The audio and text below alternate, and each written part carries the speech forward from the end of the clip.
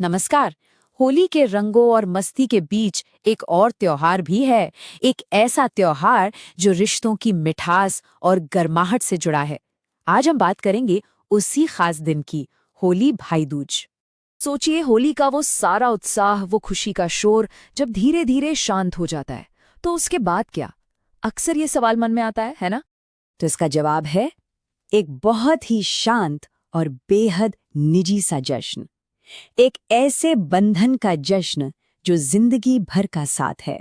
तो चलिए, जब होली के रण हल्के पड़ जाते हैं, उसके बाद मनाए जाने वाले इस दिल को छू लेने वाले हिंदू त्योहार को थोड़ा और करीब से समझते हैं। इसे होली भाई दूज कहते हैं और कुछ लोग इसे भ्रातृ द्वितीया के नाम से भी जानते हैं। ये त्योहार पूरी तरह से भाई बहन के पवित्र रिश्ते को समर्पित है और ये मनाया जाता है चैत्र महीने के कृष्ण पक्ष की दूसरी तिथि यानी द्वितीया तिथि को। तो भाई, इस दिन आखिर होता क्या है? आइए अब इस दिन के उन सरल और प्यार भरे रीति रिवाजों पर एक नजर डालते हैं। इस पूरे जश्न के 6 बहुत ही प्यारे से स्टेप्स हैं। सबसे पहले तो बहनें पूजा की थाली तैयार करती हैं, फिर भाई अपनी बहन के घर जाते हैं। वहां बहनें भाई के माथे पर तिलक लगाती हैं और उनकी आरती करती हैं। इसके बाद सब साथ बैठकर बहन के हाथ का बना खास खाना खाते हैं, जो बहुत शुभ माना जाता है। फिर भाई प्यार के तौर पर बहन को तोहफा देते हैं और आखिर में दोनों एक दूसरे की लंबी उम्र और अच्छी सेहत के लिए प्रार्थना करते हैं। और पता है, तिलक लगाते समय बहनें एक बहुत ही सुंदर मंत्र भी बोलती हैं। गंगा पूजे यमुना को, यमी पूजे यमराज, मैं पूजूं अपने भाइयों को, सदा रहें वे मेरे साथ। इसका मतलब कितना गहरा है कि जैसे गंगा यमुना की पूजा करती हैं और यमी यमराज की, ठीक उसी तरह मैं भी अपने भाई की पूजा करती हूँ। वो हमेशा सुरक्षित रहें और हमेशा मेरे साथ रहें। अब हर त्योहार के पीछे कहानी होती है ना? तो इस त्योहार के पीछे भी एक बहुत पुरानी और दिल को छू लेने वाली कथा है। एक ऐसा वादा जो एक देवता ने अपनी बहन से किया था। इस कहानी के केंद्र में है 2 दिव्य भाई बहन।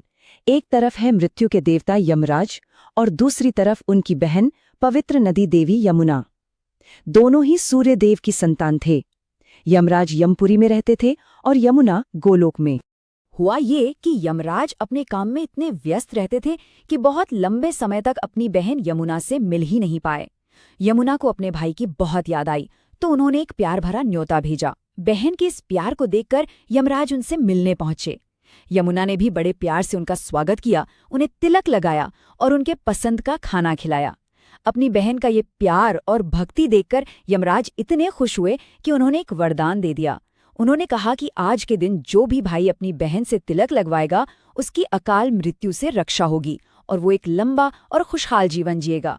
और बस इसी शक्तिशाली कहानी की वजह से इस त्योहार को यम द्वितीया के नाम से भी जाना जाता है। तो ये तो हुई पौराणिक कथा, लेकिन आज के समय में इस त्योहार का क्या मतलब है? ये लोगों के दिलों में इतनी गहराई से क्यों बसा हुआ है? देखिए, इसके खास होने की कई वजह हैं। सबसे पहली तो ये कि ये भाई बहन के उस निस्वार्थ रिश्ते का जश्न है। दूसरा, वो तिलक सिर्फ एक रस्म नहीं है, बल्कि भाई की सुरक्षा के लिए एक बहन की सच्ची प्रार्थना है।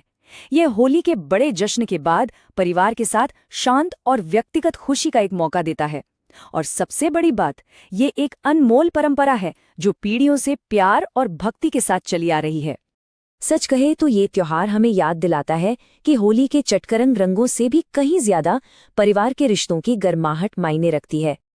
अच्छा, तो अगर कोई 2026 में इस त्योहार को मनाने की सोच रहा है, तो उनके लिए यहाँ कुछ जरूरी जानकारी है। चलिए कैलेंडर पर एक नजर डालते हैं। तो साल 2026 में होली भाई दूज गुरुवार 5 मार्च को मनाया जाएगा।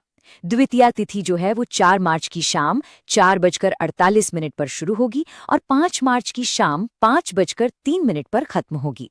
अब तिलक के लिए सबसे शुभ समय, जिसे अपराह्न काल कहते हैं, वो दोपहर 1:17 से 3:31 के बीच रहेगा। हाँ, एक बात का ध्यान रखें कि दोपहर 2:01 से 3:29 तक राहु काल है, जिसे शुभ नहीं माना जाता।